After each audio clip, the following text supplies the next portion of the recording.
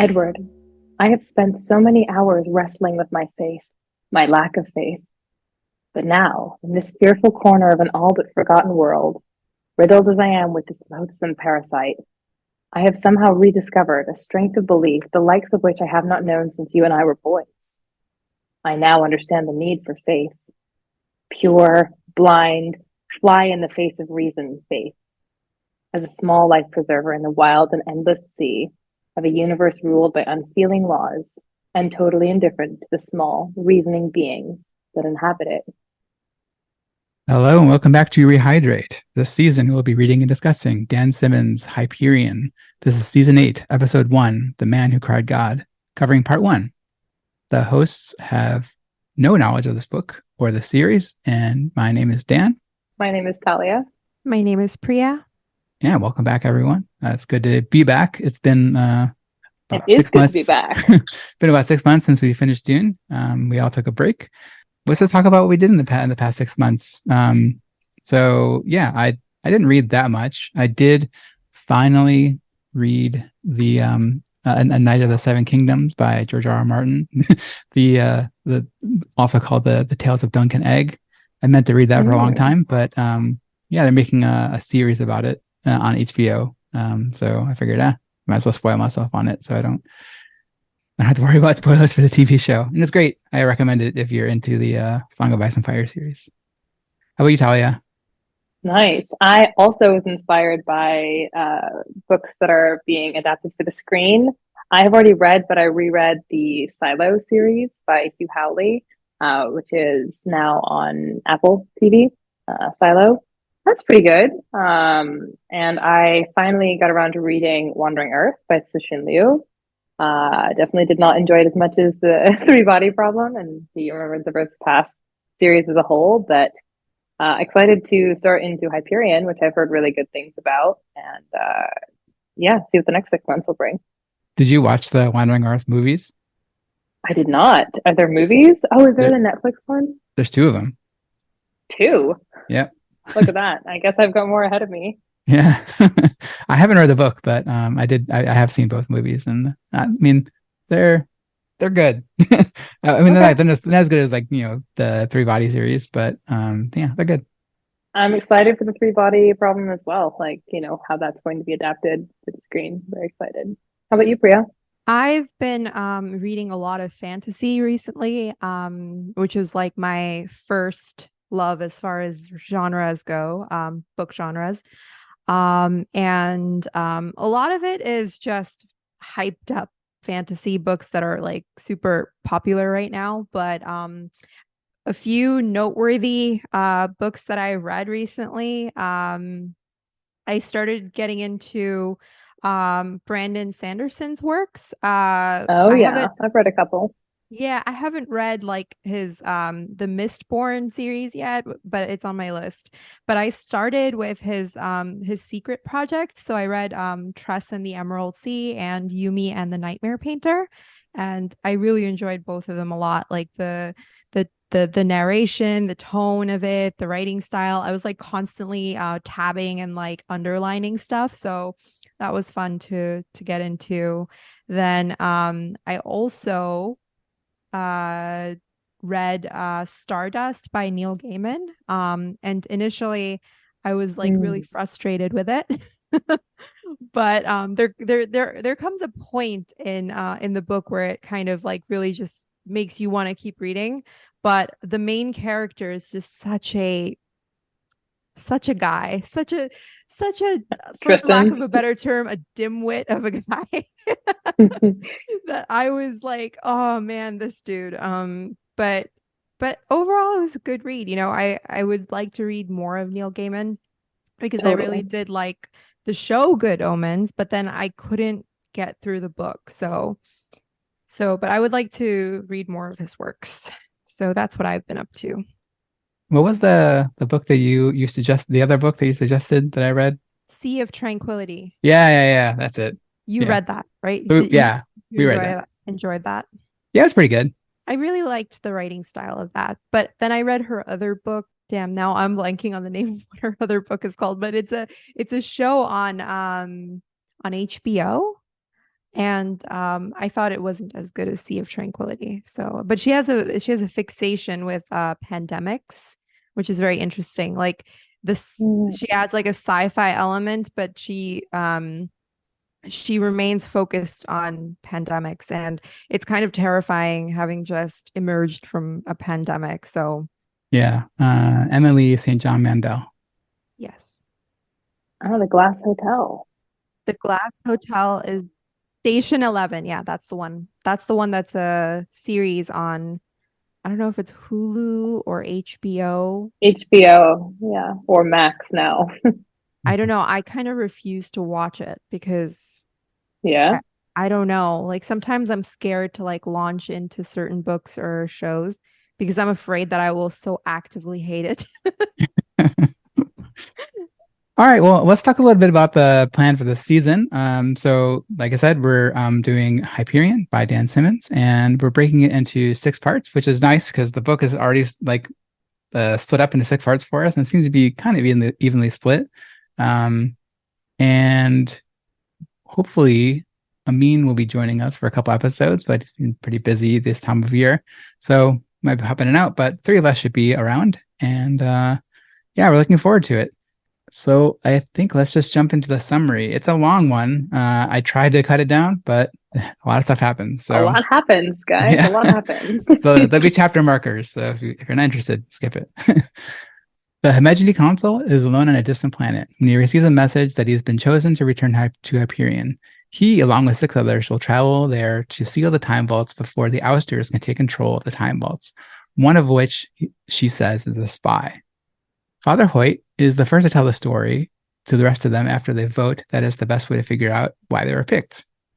Father Hoyt was given the assignment to accompany Father Paul Dure to Hyperion, a trip that would cost him 8 years in time debt. Father Dure plans to go to Hyperion to study the Bikura, an isolated group on Hyperion who Dure theorized that descended from the survivors of a missing seed ship. Dure's journals details his travel to find the Bikura on the continent of Aquila. He spends his time in seedy cities and traveling along a riverboat, barely surviving an illness. After 76 days, he finally makes it to his destination, the Cleft. On the 96th day of his journey, he finds the Bikura and tries to learn more about them, but they seem inscrutable. They never take off their clothes, their appearance makes it hard to tell if they're male or female, they don't have names, and they refuse any medical test. Dure continues to be baffled about the mysteries of the Bikura when they go every night down the cliff, and that he has been told is off limits to him, and how their population can only be exactly 10, the number of people who were on the dropship that they descended from. Dure describes this secret trip down the cliff face. He finds a temple carved into the cliff, larger and more ancient than any temple he has ever seen, even older than Christ himself. Dure is suddenly arrested by the Bikura, and they decide that he is to become one of the Cruciform. The Bikura take Dure down the cliff again, through the basilica, and down a very long staircase, all the way to the river that is at the bottom of the cleft. At the bottom, he finds an entrance to one of the labyrinths of Hyperion. Entering the labyrinth, and in total darkness, they have an encounter with a Shrike. The Shrike have multiple arms, each with blades, takes notice of Dure, and surrounds him with the blades, and then disappears. The Bikura pluck a luminescent cross from the walls of the labyrinth and hang it around Dure's neck. After being carried up to the camp, he discovers that, to his horror, he is not able to take it off, and that it is composed of his own DNA. And as the scanner reports, he is one of the Cruciform. Days later, the Bikura that Dure calls Alpha falls off the cliff and dies instantly. The Bikura take him down to the basilica, where Dure watches over a series of days as his body is broken down and then built back up again until he is alive again, and they silently return to the village. Dure realizes that the Cruciform has made the Bikura immortal, but also realizes that he cannot leave the village since his own Cruciform causes him great pain if he tries to leave. The final entry of the journal tells of Dure building a chapel and planning his final escape from the village. 7 years later, Hoyt has taken an expedition to the Bikura village to find Dure, but had only found his body badly burned in the fires and the Cruciform destroyed by the Tesla trees. Afterwards, the village and basilica are destroyed with shaped nuclear bombs. The rest of the crew departs for Hyperion, except for Consul, who goes to retrieve Father Hoyt. When he arrives, he sees Hoyt writhing on the floor in pain after his injector has malfunctioned. Consul says that he'll help him after he tells him the rest of the story. After Hoyt arrived at the village, he actually found that Dure had crucified himself in the flaming forest, and that in the 7 years that he had been hanging there, had died and been brought to life by the electricity countless times, until he did eventually die. After giving Hoyt the ultramorphine to ease his pain, he opens his clothes to find out what he expected, a cruciform fused to his body. All right, so now Priya is going to go over the characters. The characters in this part are the hegemony consul, who doesn't have a name, Mayna Gladstone, the Senate CEO, Het Mastine, who is the captain of the Templar tree ship, Father Lenar Hoyt, the Catholic priest who tells the story in this part, Father Paul Dure, whose journal Hoyt reads from to tell the story of his experience with the Bikura, Took, who is Dure's guide, who is killed in his sleep by the Bikura, dying the true death. And then there are the Bikura, who are nameless, and therefore Dure gives them names like Alpha and Beta and so on. Colonel Fedman Mastine, sorry, take that again. Colonel Fedman Kassad, who is the butcher of South Brescia. Martin Selenis, who is a poet. Sol Weintraub, who is a scholar and referred to as the Wandering Jew with his infant daughter Rachel. Braun Lamia, the detective. Okay, so we've all been holding our thoughts back from each other over the week that we've been reading this book. So now it's finally time to get into our general thoughts. I guess I'll start and say, like, I loved it. I thought it was great. I'm kind of instantly hooked into the story. Not to hate on Dune, but like I already like it better than Dune. Like it also throws it into like I thought it was similar to Dune in the way that they just throw you into the world building, and like they throw all these terms at you. You know, it's just like you're instantly immersed in the world. But I didn't feel lost like I did in the first chapter of Dune. And maybe this was later, and like, but it seems kind of influenced by that style of just like being deep into the world. But yeah, like the religious themes, like I think another thing to compare Dune is like Dune had sort of like supernatural religious stuff, or that's what it seemed like to me. Maybe there's like more explanation to it, but this seems to have like religion is obviously like a major part of it, but it all seems like rooted in science. Like the religion is just sort of an artifice on top of like the actual science that's actually happening. Like we'll talk more about the cruciform and stuff, but like there seems like actual explanations, but you know, behind all the stuff that's happening, that is then kind of papered over with religion by people. So anyway, there's like also like fantasy elements to it and there's like exploration elements, and it's really good storytelling. And you know, we'll talk more about that stuff, but yeah, like overall, like I said, I love this chapter and this book so far. How about you, Priya?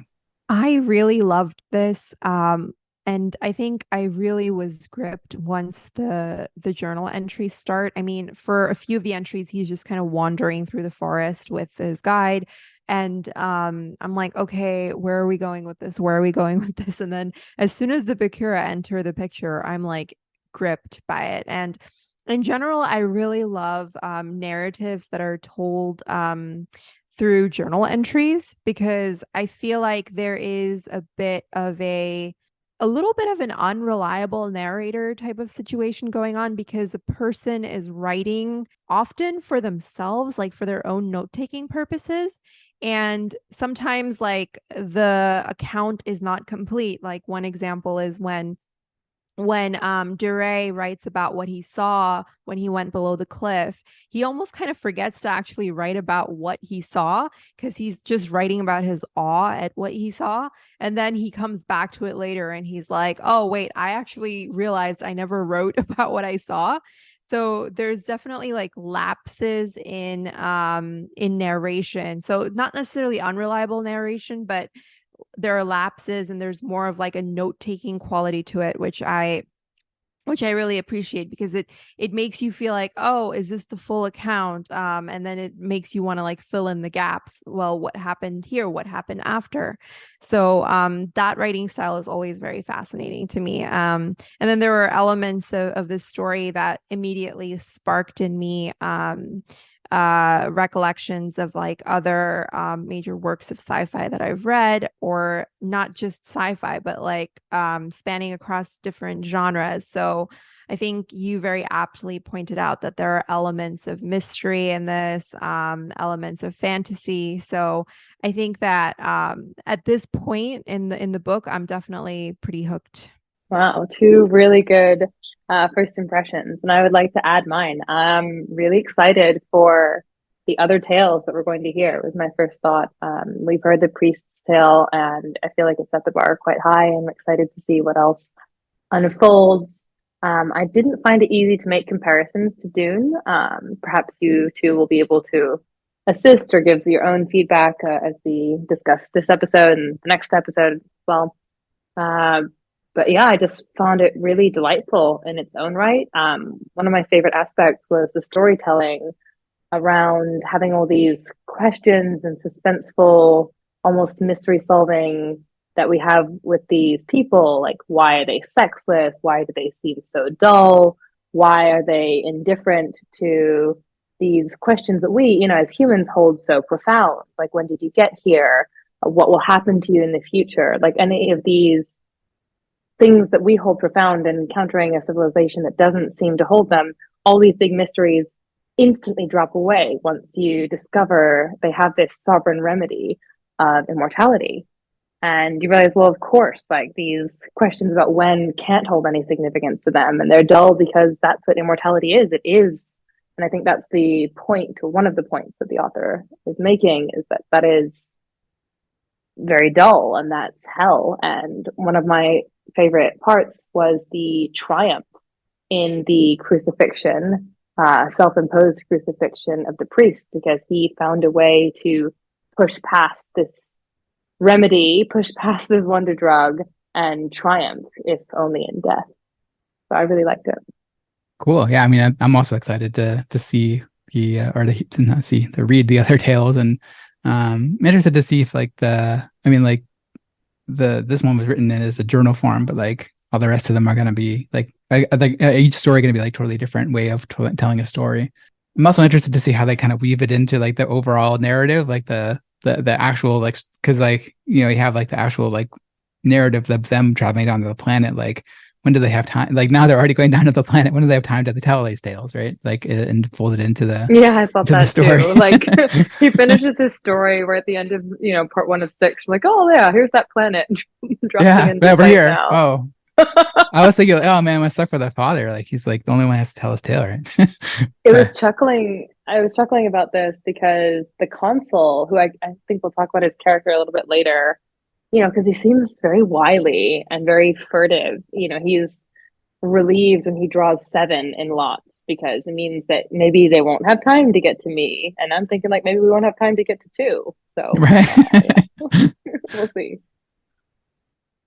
Yeah, I don't know who brilliantly jotted this down in our notes, that it reminds them of a sci-fi Agatha Christie story. And Agatha Christie, Yeah. So I actually read And Then There Were None just earlier this year. So I was really feeling that that experience of like, because there is that element of like one of these 7 is the is an ouster. It's a spy. Yeah. There is that, death on the Nile feeling of like, dun dun dun, and someone in the room. Yeah. Right. Yeah. Like, yeah. Yeah. When I was in high school, we did a play, like 10 Little Indians, and it always like stuck with me of like, just that kind of structure of a play, like, where you're just, just trying to figure out like who's actually the murderer. Right. And so, yeah, like now, like they're just scrutinizing all these tales for like clues that like they're actually the spy. So it'd be, I have no idea, obviously, but I liked in your introduction, the hosts have no knowledge. Right. Yeah, because normally like one of us has read the book or seen the movie or whatever. And we might have a guest on who does have varying knowledge, but for right now we are on even plateau.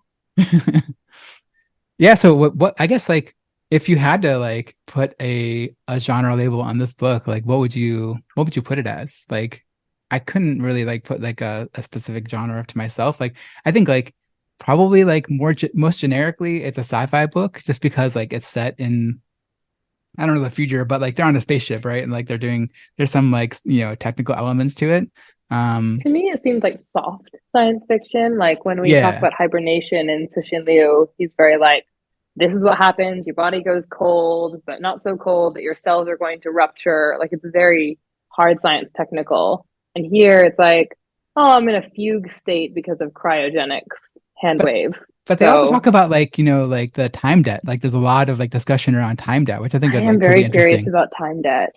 Yeah, I mean, just like because they're traveling faster than light, right? And so like they're gonna experience time differently than other people, right? And so like they just experience that time differently. And so like yeah, they talk about like how people live like 200 years or whatever in standard time, but like because they traveling, back and forth faster than light, they lose all that time, right?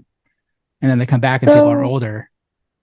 yeah, I guess just science fiction then. I don't know. Maybe Yeah, it'll become clearer. but there's a lot of like the exploration part was like I thought like the first like 70 part days of the journal or whatever was all just like exploring Hyperion and like talking about like the journey between the city and across the continents and ever. It reminded me of the in Song of Ice and Fire. There's a part where Tyrion is traveling in the Essos, and so like they're traveling on the river and the stuff there for a long time, and it reminded me of that. I do think just because you brought up time debt, and I don't need to linger on this topic for very long, and I want to hear more of Priya's thoughts. But because you brought up time, I do think if I were splitting hairs, one of the things in this chapter that pulled me a little bit out of the narrative was the almost flippancy that Simmons approaches time with. Like, um, when they discover the basilica, he's like, this came before the time of Christ. And I would like some, like, a little bit more reasoning as to like why that's so sure and ironclad, like to dissuade skeptics, either readers or like imagined readers in their world. Because like I'm thinking about 2001: A Space Odyssey, and when they find this monolith, and there's this profound cosmic horror when they feel like, you know, space is laughing at them, or some alien civilization is laughing at them because they can't get their measurements as precise as what they've found. And similarly, like when the trisolaran droplet is found, it's like, oh, we can go to like maximum magnification and we can't come anywhere close. So it's that understanding of like such an advance in technology or such a history. Whereas I would like to see a little bit more proof or substance, I guess, to the big claims about age and time that are being made. I think that this kind of what you're saying sort of falls in line with how I would classify this book, which is I don't think that like when I think of like pure science fiction, I think of Remembrance of Earth's Past, because I think that that is it tries to fit everything into like it tries to supply a scientific explanation for everything, and they're For cold hard. everything, right? Yeah, like anything that happens, even as insane as it may seem to us, like he has a scientific framework for it. Whereas with something like this, with the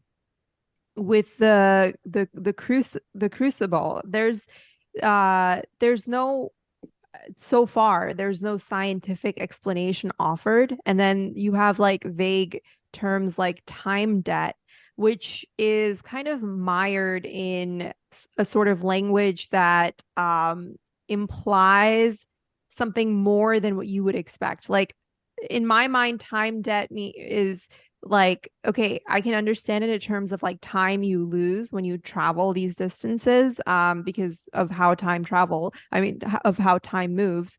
But debt implies that you have to pay that back. Pay it back, So yeah. exactly. So I think that But you're this right, I maybe it's a style choice. It's not necessarily a flaw.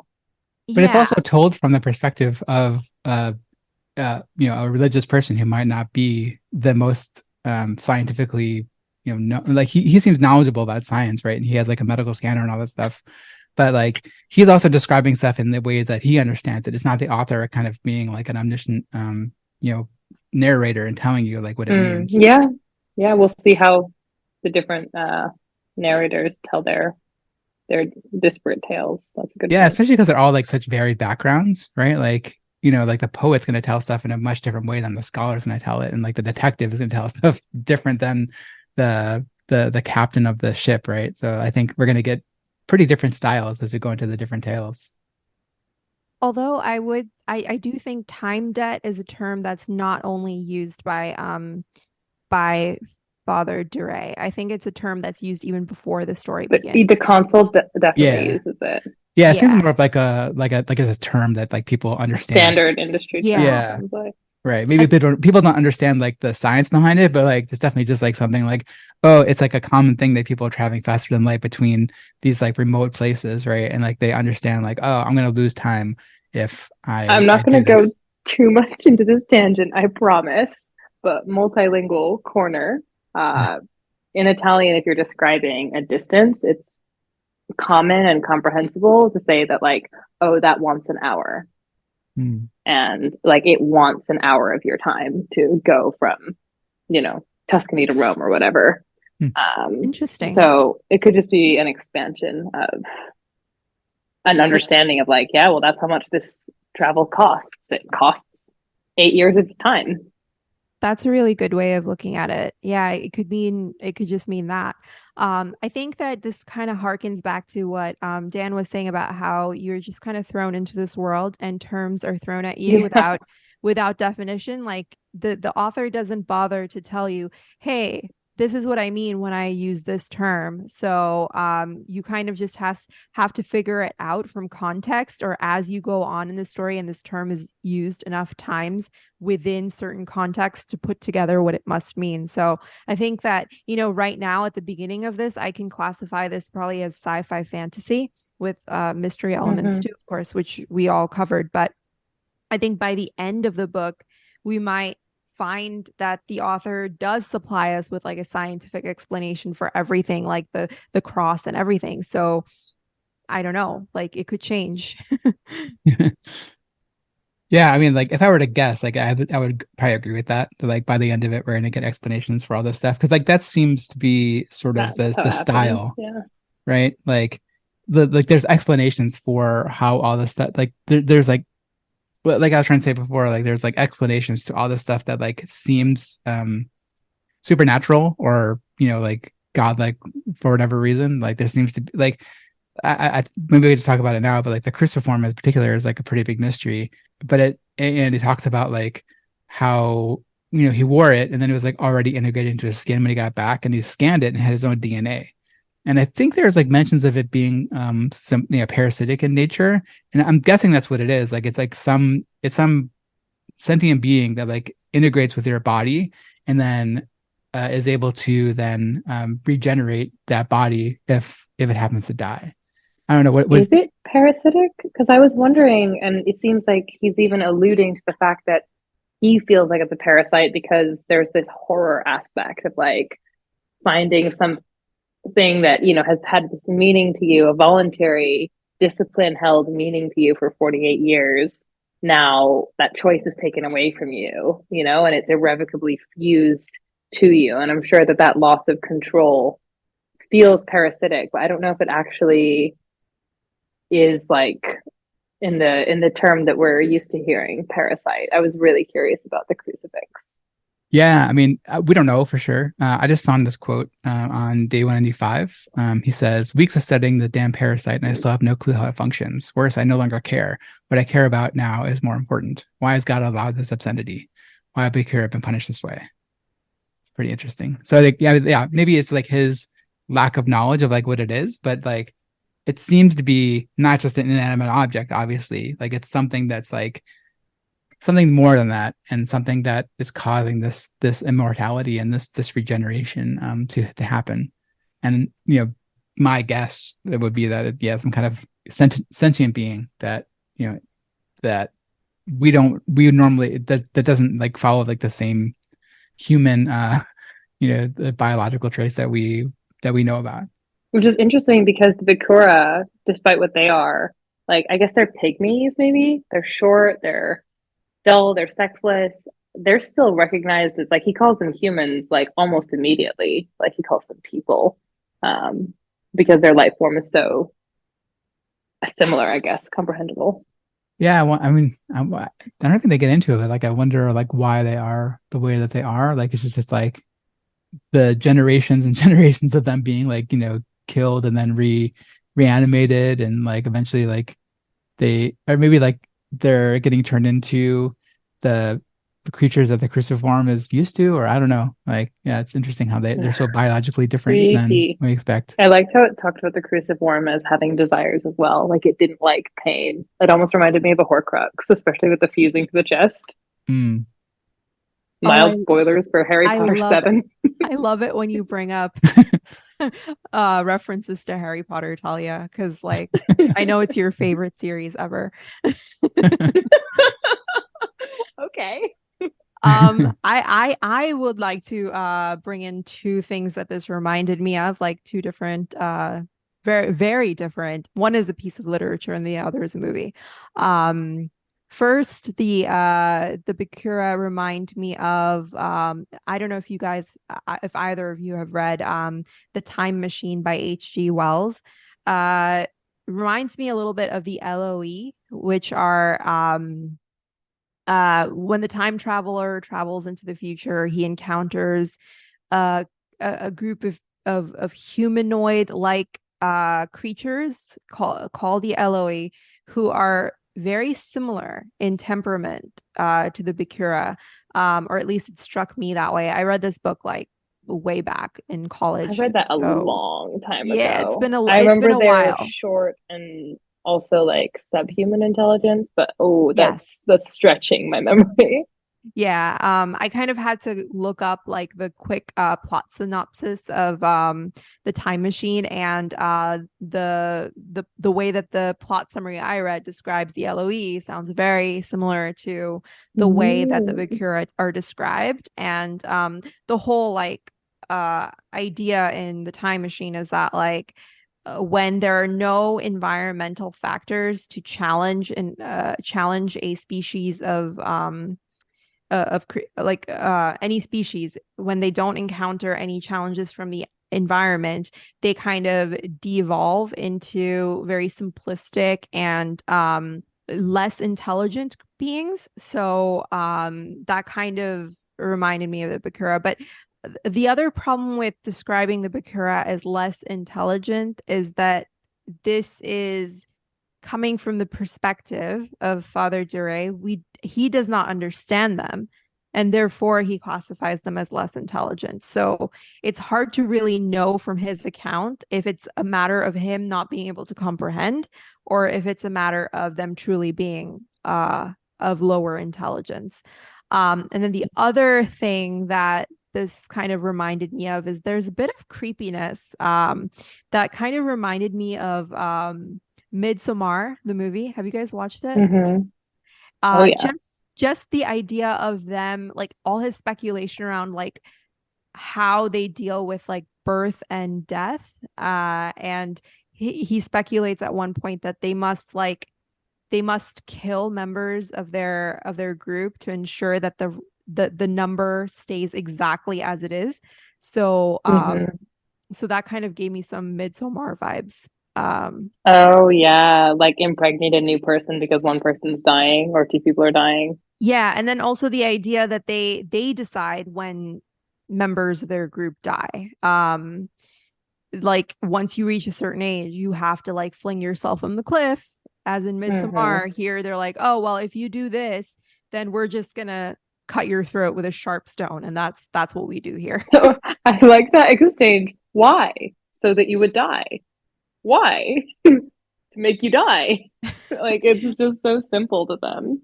Yeah, and also there was that really creepy moment where he's like, "Well, what happens if I follow you down the cliff even though you told me not to?" He's like, "Well, Mm. we would cut your throat and let you die." And then he turns around and it's so creepy where he's like, "And if you do it again, we will kill you again." I guess that's like punishment in a world of immortality. Will cause you a lot of pain, regenerate you, and cause you a lot of pain again. Right. And we see that the nature in which somebody dies and what has to happen for them to be resurrected or, rebuilt, their body to be rebuilt is it varies in terms of like pain based off of how, I guess, I don't know, mutilated your body was. So there's definitely like a creepy element there. And wasn't there, I may have misread this, so hopefully you two can correct me before I get like an angry tweet. Wasn't there one of the Bikura who was suffering, like had a lot of grievous injuries, and they were just like, no, no, no, this is too much of this, and they just like kill him and bring him down so that he can get reanimated like from a corpse as opposed to from a dying creature. Yes. That did happen. Okay, Yeah. then that confirms what you're saying. Yeah. Yeah, I think Dure, he's like trying to piece together how the cross works, and he realizes that like at a certain point the pain is just too much for the cruciform to work around. So just like it's like I'll just like you'll just die and you'll come back to life. I don't know who I did the guess killing. Does the But I cruciform guess that kill? goes into, I think the Cruciform makes the Bikura act on its behalf. I don't think the Cruciform kills anyone. I don't think it has that power. But it does Oh. lead into his Father Duray's, revelation on how he can become triumphant, is realizing that like it doesn't like pain, I don't like pain, but we're gonna see who breaks first, like who can survive the pain longer. That's a good way of putting it, because at times I did feel confused on exactly how this thing works, but I think you have a better understanding than I do.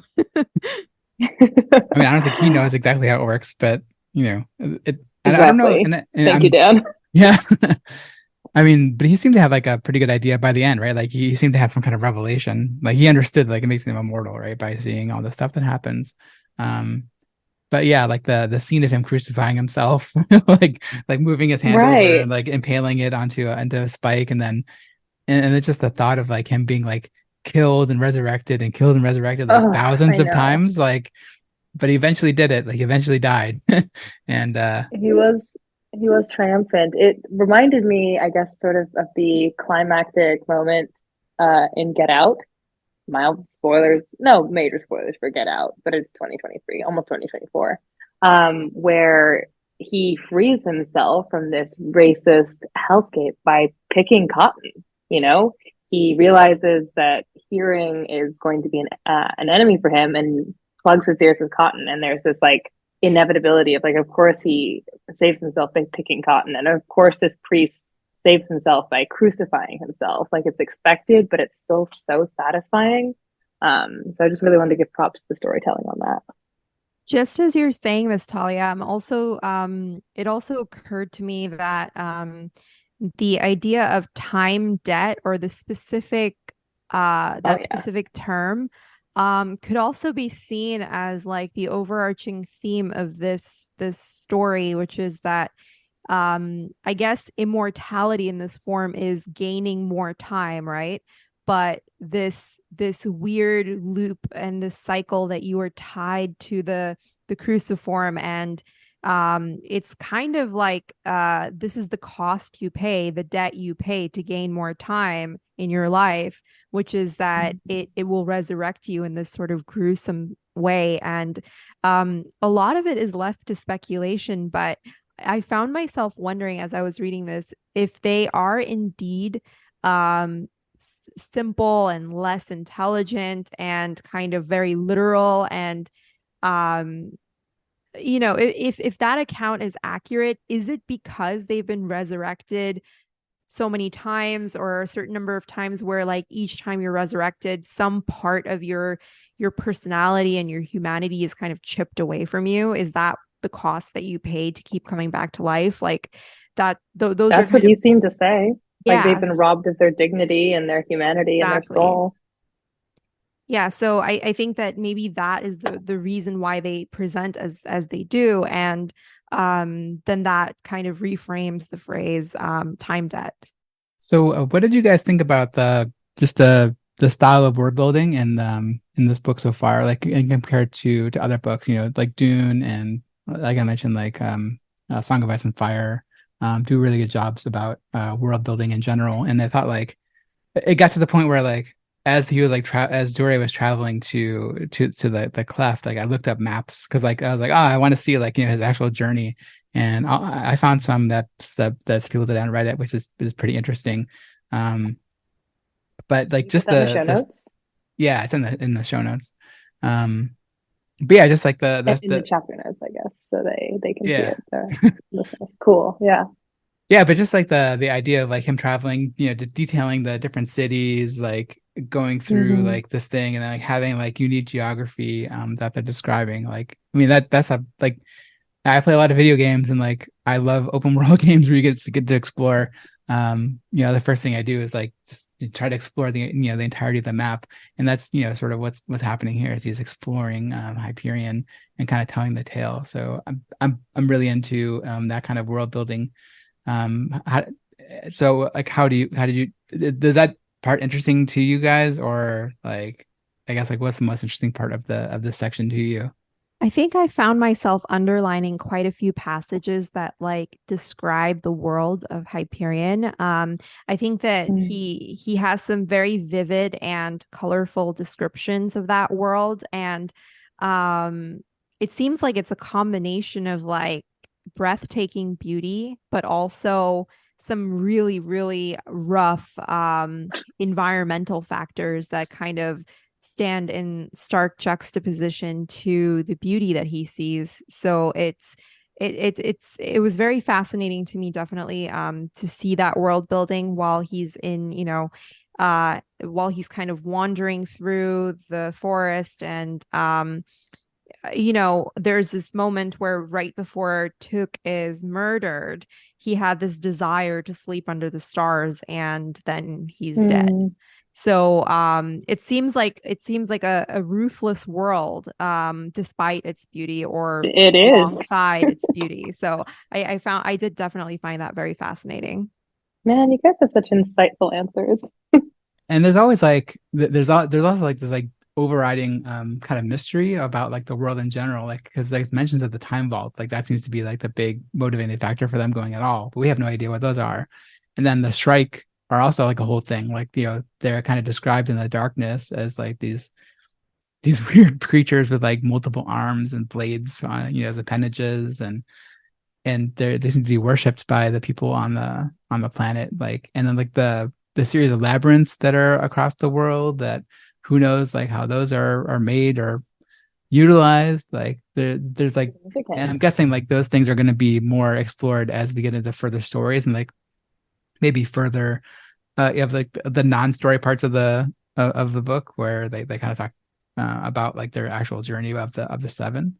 So that, yeah, like the kind of mysteries that are set up around the world, but then like kind of giving details about Dure's actual travel, like that was like really well done. I'm obviously interested in the world building, but as the classics nerd that I am, I'm really curious why, like, I guess the larger story that the author is choosing to tell. We're obviously in like this cosmological story, and the ancient Greeks looked up at the stars and named them after their gods, or named their gods after the stars. And Hyperion is a Titan, along with his son Helios, which I guess is clearer for an English speaker as being like personification of the sun. But I'm really interested in whether these labyrinths are, I guess, something left over from Titans, or like some kind of larger being that came into being at the beginning of the cosmos. And I think that's hinted at with like the age of this basilica. So I feel like the world that has been built is us arriving pretty late, having like scratched the surface of this world. I know that this is a series, but I'm even excited to reach to the end of this book and see if any of those wild predictions come true. Yeah, that's a really good tie into some classical perspective on this. Uh I hadn't immediately thought of the mythology element to it with the naming, but that's really Mm. poignant of you to point that out. Um, I am also very intrigued by the fact that Christianity has survived into this world, because I think Mm-hmm. that previously what we see in other sci-fi that is based in a future world is that we have some elements that seem Christian, but it's not overtly Christianity or Catholicism that's named as such, even though the undertones may be of Christianity. So that's kind of fascinating. And it kind of also reminds me of a book that I have mentioned countless times here, which is A Canticle for Leibowitz, where in a post-apocalyptic world, humans who survive actually return to very classic religion and religious practices, namely Christianity, and they kind of do a reset versus a forming new religions. So and you know, when I read that, it seemed to me to be almost the more expected thing for humans to do, like something that I would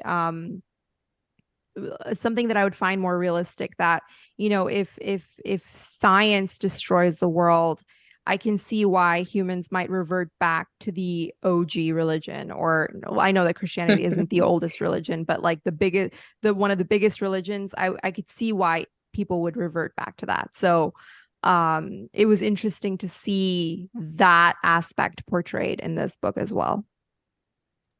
This is also the kind of a nearer future than some of the other books. Like in the journals, Duray mentions that it's the year of our Lord 2732, and Himejian standard is 589.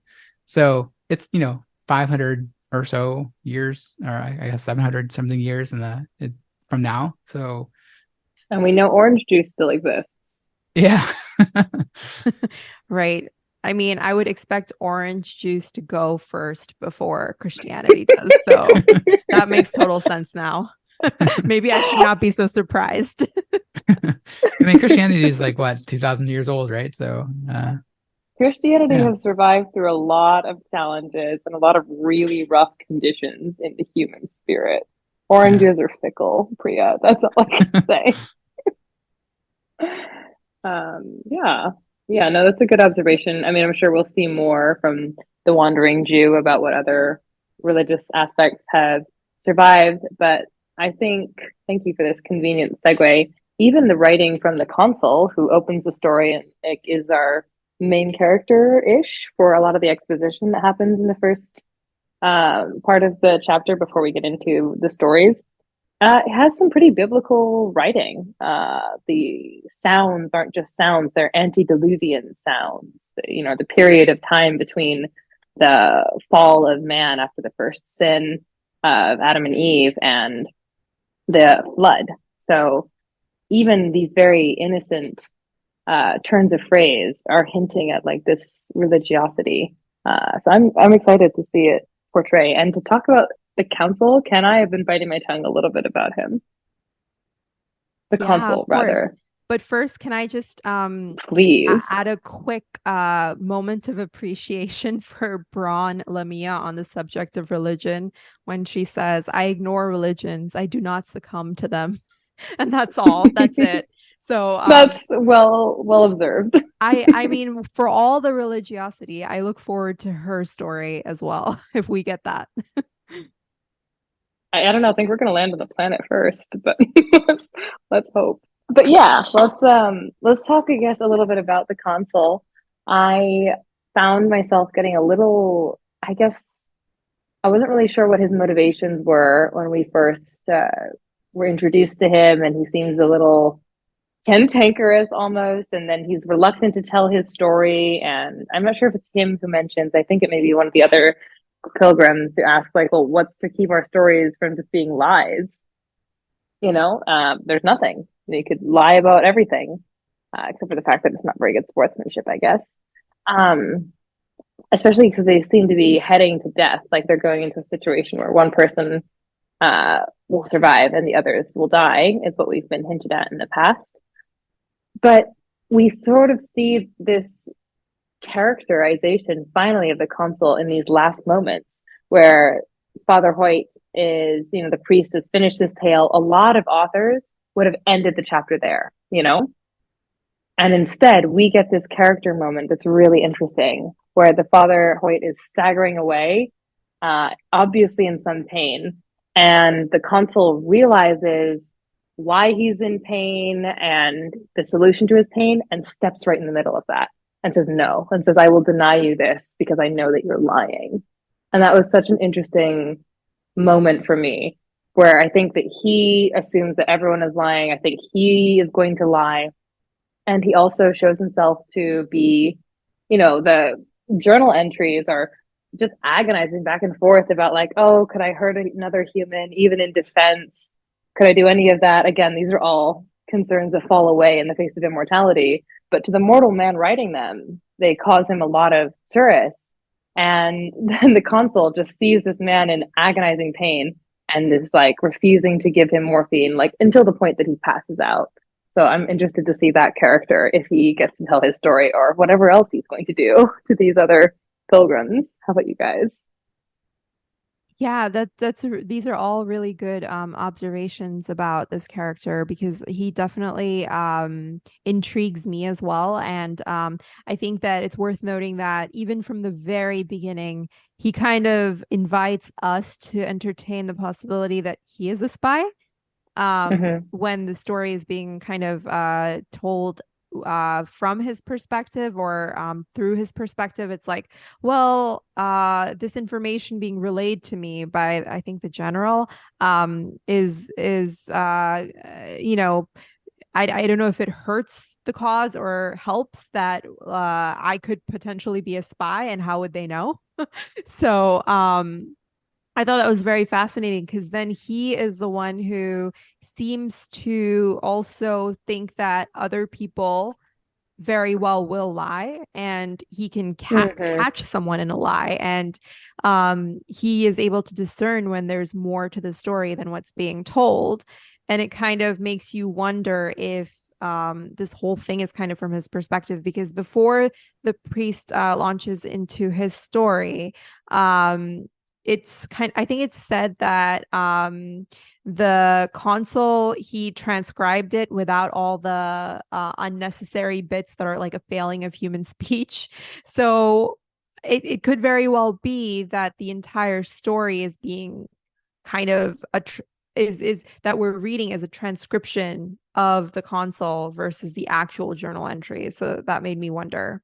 It's like a game of telephone. Like, is the story coming directly from the journal, or is it the transcription of what was read to everyone?